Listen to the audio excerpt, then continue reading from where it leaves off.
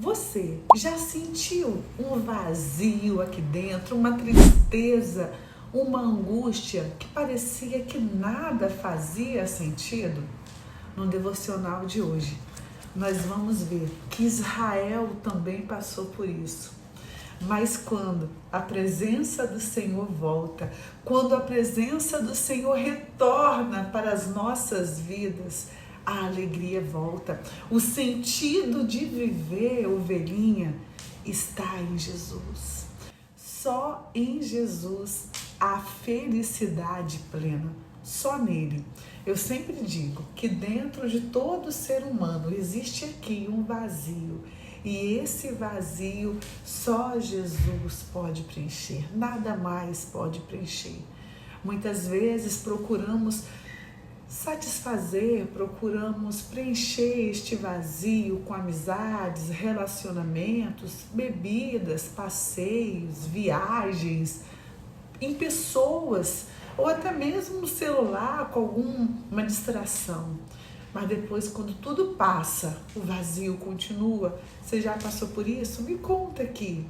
Porém, a alegria com Jesus é diferente. É uma alegria constante. Então fique aí, fique nesse devocional, venha com o coração aberto e receba o que Deus tem para você neste momento. E fique até o final. Nada de ficar vendo pela metade, ver um pouquinho, não. Se alimente por completo, o banquete está posto.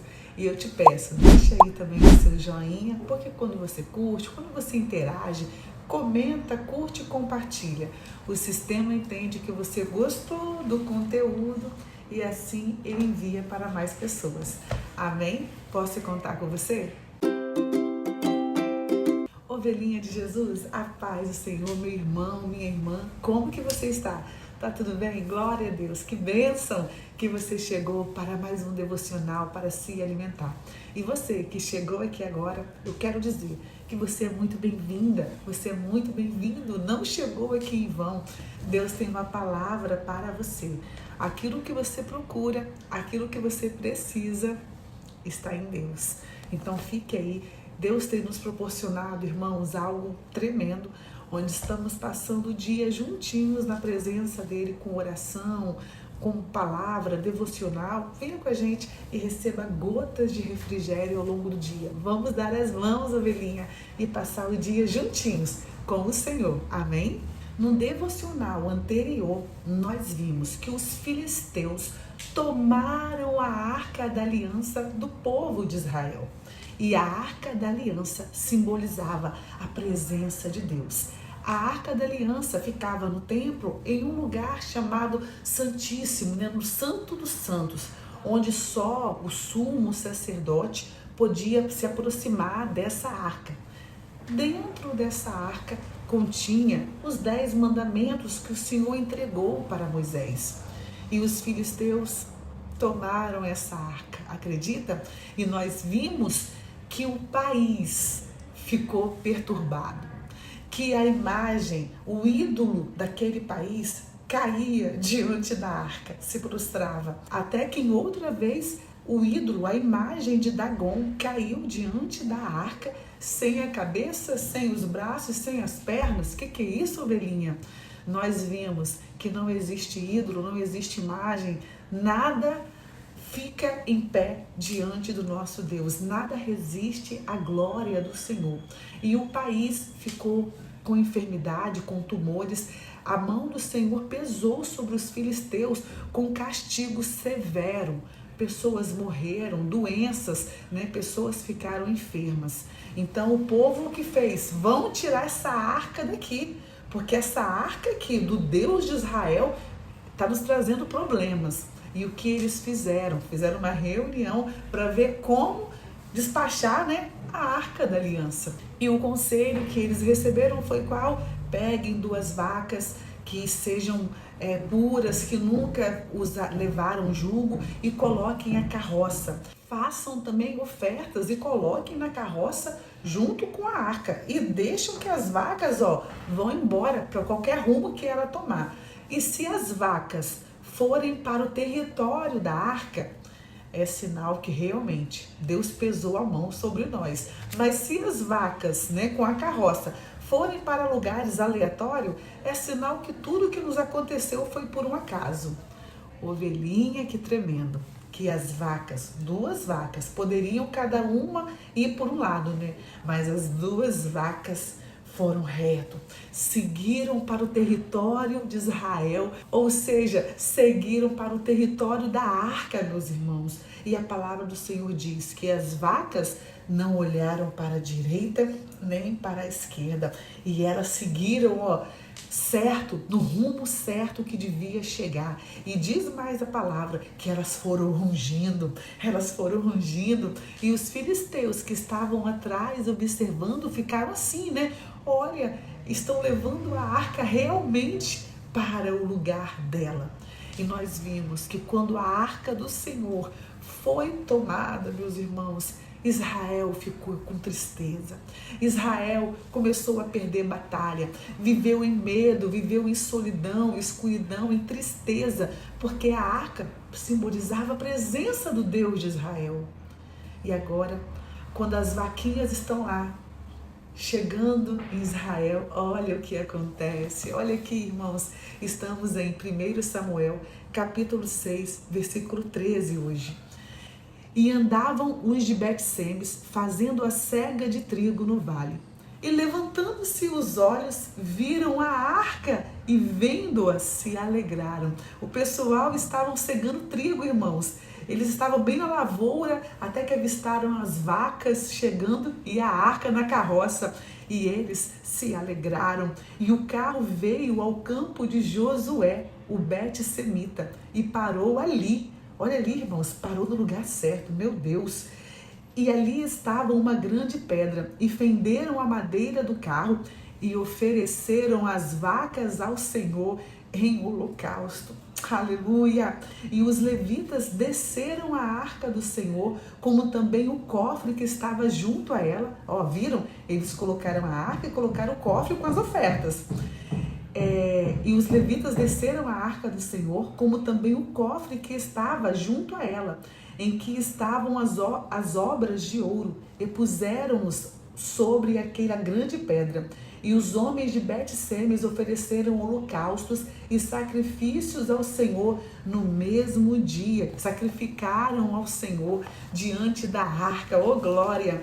E vendo aquilo, os 5 príncipes dos filisteus voltaram para Ecrom no mesmo dia. Os príncipes dos filisteus estavam seguindo devagarinho as vacas, a arca, para saber onde que elas iam chegar. E quando eles viram que elas chegaram no lugar certo, e ali se alegraram, o povo se alegrou, ofereceram as vacas em sacrifício para o Senhor, fizeram uma oferta, sacrificaram ao Senhor ali. Os filisteus, voltaram. E aqui, nessa outra tradução, no versículo 17, diz bem assim: os filisteus enviaram ao Senhor como oferta pela culpa estes tumores de ouro, um para Asdod, outro por Gaza, outro por Ascalon, outro por Gate e outro por Ecrom. O número dos ratos de ouro foi conforme o número das cidades filisteias que pertenciam aos 5 governantes, tanto as cidades fortificadas como os povoados do campo. A grande rocha sobre o qual puseram a arca do Senhor é até hoje uma testemunha no campo de Josué de Bet-Semes. Glória! Agora veja aqui a partir do versículo 19, que embora a arca estivesse já em seu território, o Senhor não se agradou de algumas pessoas que se aproximaram da arca para abrir e ver o que tinha dentro dela. A arca, meus irmãos, era algo tão santo que ninguém poderia sequer tocar naquela arca. E olha o que aconteceu aqui, O Senhor, contudo, feriu alguns dos homens de Bet-Semes, matando 70 deles, por terem olhado para dentro da arca do Senhor. O povo chorou por causa da grande matança que o Senhor fizera. E os homens de Bet-Semes perguntaram: quem pode permanecer na presença do Senhor, esse Deus santo? O povo de Bet-Semes perguntando: quem pode ficar diante desse Deus tão santo? E ali eles perguntaram: a quem enviaremos a arca? para que ele se afaste de nós. Olha aqui, irmãos, todo mundo querendo ao mesmo tempo ter a arca, estar próximo da arca, ter a presença de Deus, mas diante da santidade do Senhor, a quem enviaremos?